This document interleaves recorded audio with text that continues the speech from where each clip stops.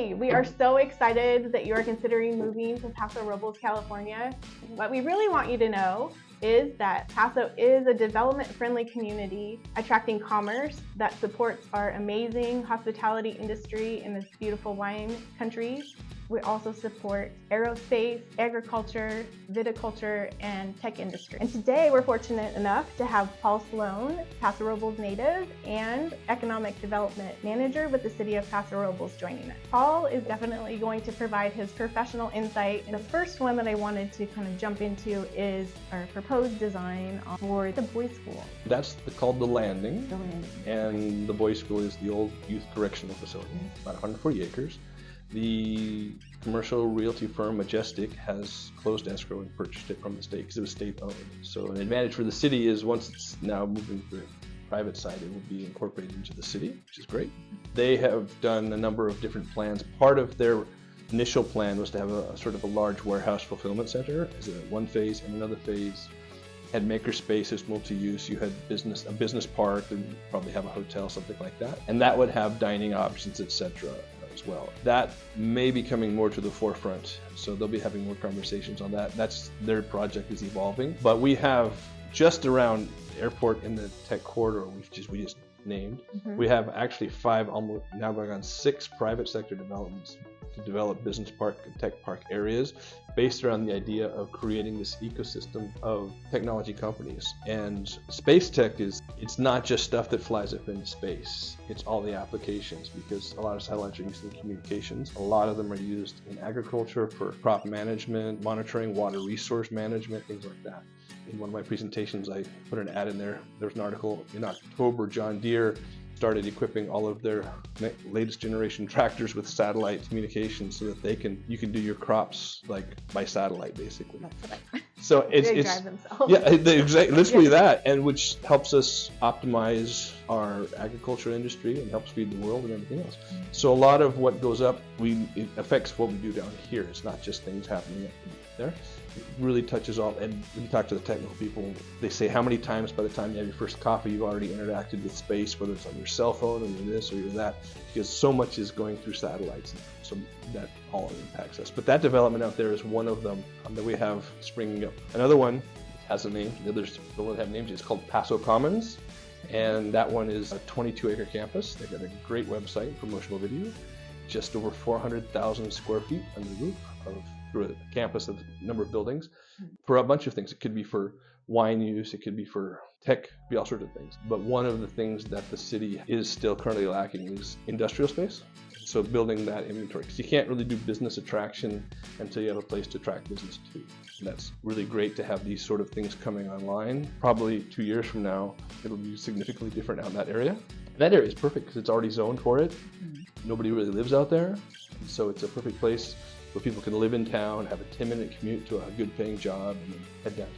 Or your office, you're already downtown, so you're pretty lucky. Yes, so very convenient. 1 block, 200 steps actually. The other topic, Paul, that I'd like to ask you about is the Broadband project. Where's that at? So we have multiple broadband projects. One of them is a $3 million EDA grant that the city was awarded to bring fiber optic cable to the downtown core of Paso Robles. For the past 5 or so years, whenever the city's working on the streets, they've been laying conduits, nothing in it, but just empty conduit under the streets, planning for the eventuality, the day when there would be funds or a third party to come actually pull fiber. And so now when funds have become available, EDA is the Economic Development Administration.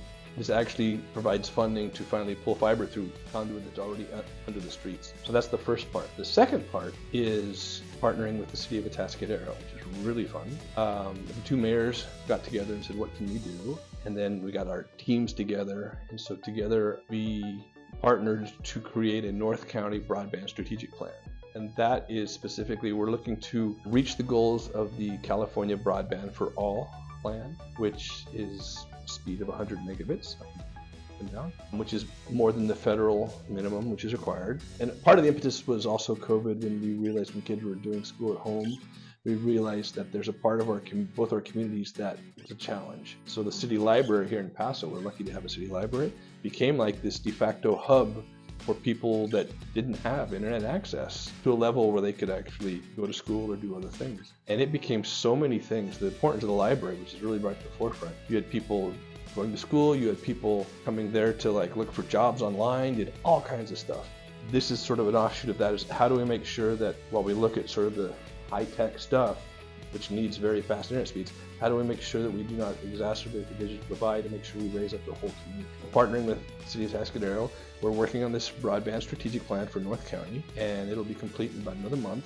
And this does things like gap analysis to say what you have, what you need. This will position our communities to go after infrastructure funding, which is supposed to be becoming available, so that we'll be able to enhance the broadband and the internet capacities of our communities. Something that's really cool about that is because we're working together, we count as a regional project. So we were able to apply for a local area technical agency grant called LATA from the CPUC, the California Public Utilities Commission. And we were awarded a grant which for $200,000, which completely reimbursed both cities 100%. So we're getting this North County broadband strategic plan at no cost. So the monies that the two city councils had put into this for matching funds, when it comes for implementing broadband for our cities. So that's very exciting. And broadband is just part of quality of life, whether it's kids going to school, whether it's seniors doing telemedicine, whether it's entrepreneurs working from home or remote workers. It just touches everybody, as we know. I imagine you'll be streaming this over the internet. And sometimes it is challenging. Paul, would you say that the overall strength of our economic well-being is something that moving forward we should be confident Yes. into a strong economy? In the last year and a half was one of the best economic years we've had. It surpassed, not only were there projections of how bad it was going to be, this surpassed projections if it had been a regular good year. Primarily because those very important sectors of our economy of wine and tourism, which is why you see all the hotels and things like that. The value that those sectors have has resonated with the industry, and they're bringing a lot of investment dollars into that. That wave will taper somewhat because now people can travel to other places, but now they've discovered us. And the nice thing about our type of tourism, it's not a one and done. If you like wine, you have several hundred wineries you can visit.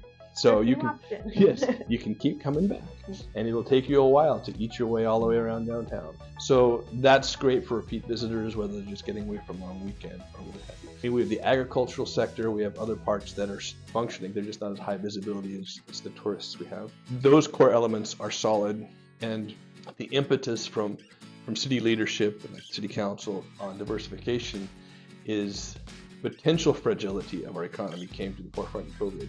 Because if we had lost one or both of those, we would have really been in a tough situation, meaning wine and tourism. Mm-hmm. Luckily, came through it well, and that's awesome. The idea is for the next challenge that comes to be a little broader, and at the same time, for the locals, meaning the kids growing up, the next generation, let's give them an even broader opportunity of employment for people who want to stay in the area. They may want to go off and live in the big city and then eventually come back, because once they have fun in the big city, then they realize, well, now I want my kids to grow up where I grew up. It's an awesome town. When I was a kid, we had 6,000 people. It's significantly different, but it's got that same cool vibe, just with enhanced dining options. Lots of options to choose from. Wine and food. Paso is heading in the right direction, continues to have a lot of job opportunities and some pretty exciting things with aerospace and continued tourism and wine industry growth. It sounds like more housing opportunity as well, which is definitely needed on the real estate end. Paul, is there anything else that you'd like to share with us that we haven't talked about today? Anything that you think would be important for someone moving to the area? I'd say the pattern that we see of people moving to the area is take us on a trial run. Come spend a weekend, 5, and see what we have. See how it fits. We don't have everything you have in the big city, but then again, we don't have everything you have in the big city. So that's the good and the bad of that. And if it's a vibe that fits, it's just awesome. And for the people that want the small town feel, like you said, with the big city amenities, it's fantastic. And we have lots of professionals to help them find the home that they're looking for. I just talked to so many people, and it's if you're moving a business or starting a business, prides itself on being a pro-business area. Mm-hmm. Some places are not. They don't want growth. Here we're saying, come on in and help us make it better. For people who just starting a business or moving a business, it's a huge opportunity for that. And largely, whenever I talk to people who've moved here from Chicago or Boston or wherever, and I ask them the big change, so what is it you like about it? And they all to a person, say it's the sense of community when you get here, and you can just feel it. It's a very engaged community. People love that. So hopefully when people come here, they help pass the baton to the next folks coming in and keep that really good vibe going. It definitely is a tight community, but very welcoming to guests and new residents. Be sure to download your free relocation guide below, where we share more on how to live every day like you are on vacation in Paso Robles wine country. Well, Paul, thanks for talking to us today and sharing all this great information, and thank all of you for joining us and tuning in. Until next time, have a good day.